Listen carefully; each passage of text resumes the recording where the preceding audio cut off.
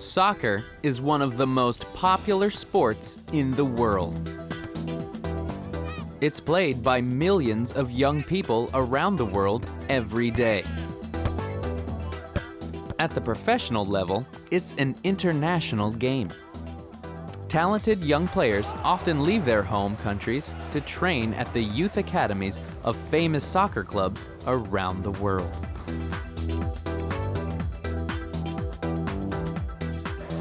Becoming a successful player can change their life. One of the world's best footballers, Leo Messi, is Argentinian. But he has been playing for FC Barcelona in Spain for many years. Messi moved to Spain when he was just 13. And he was only 16 when he started playing for the first team. For a lucky few players like Messi, playing soccer has not only been a lifelong passion, but it has also made them rich and famous. And sometimes, this fame gives them a chance to help others. Messi now works as a goodwill ambassador for UNICEF, helping children around the world. But even if it doesn't make you a star, soccer can make a dramatic difference in people's lives.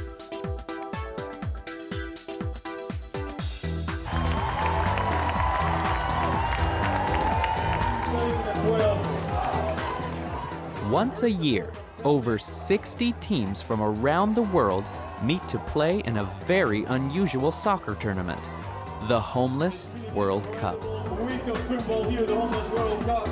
And it is going to be a sensational climax. The referee today is Harry Milan. Uno, due, tres,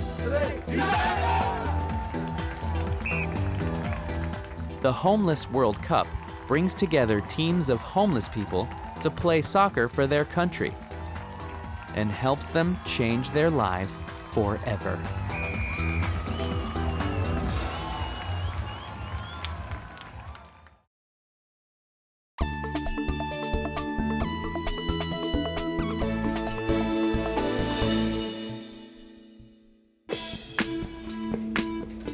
Mel Young is the co-founder and president of the Homeless World Cup. Mel started his career in journalism, but since 1993, he has been working on projects helping the homeless. Today, he works at the global organization's offices at a soccer stadium in Scotland. He explains how the tournament started. The idea of the Homeless World Cup came in a conference that we were having in 2001 in Cape Town. I was talking with a colleague of mine, Harold Schmidt from Austria, about how we could include more homeless people. Mel and Harold thought of things that brought people together across the world. We use football because it's very, very simple. Everybody understands it. It's an international language, first of all, so you can involve anybody. Male, female, big, small, really good player, really useless player, doesn't matter. It's a great way of including people. Teams in the Homeless World Cup don't play matches in a soccer stadium. They play a kind of soccer called street soccer. Street soccer is just a simple form of football, which is usually played in the street. I mean, football is just this wonderful game you can play anywhere. You can play it on an 11-a-side standard football pitch, but you can also play 2-a-side or 20-a-side, or you can play it indoors or outdoors, and you can mix teams of really good people and not very good people. So street soccer is like that. It's just a space in the street.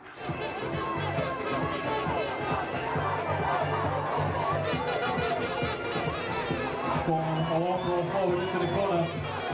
Picked up again by Mexico. The teams play on a small court.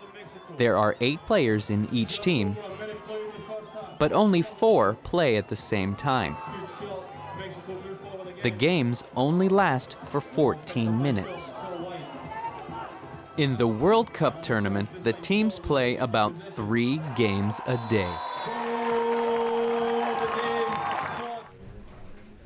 Organizing an international soccer tournament with teams of homeless people isn't simple. It takes a lot of work, and it's a challenge for Mel's team in Scotland and their partners working around the world. As well as organizing the tournament, they have to raise money and get passports and tickets for all the players. So it's all year-round work that we're doing to make sure that they come to the event. But the hard work is worth it. The tournament has grown every year, and now there are around 50,000 homeless people from 70 countries training for a place in their national team. The organization has many famous supporters, and you can even watch the matches on television.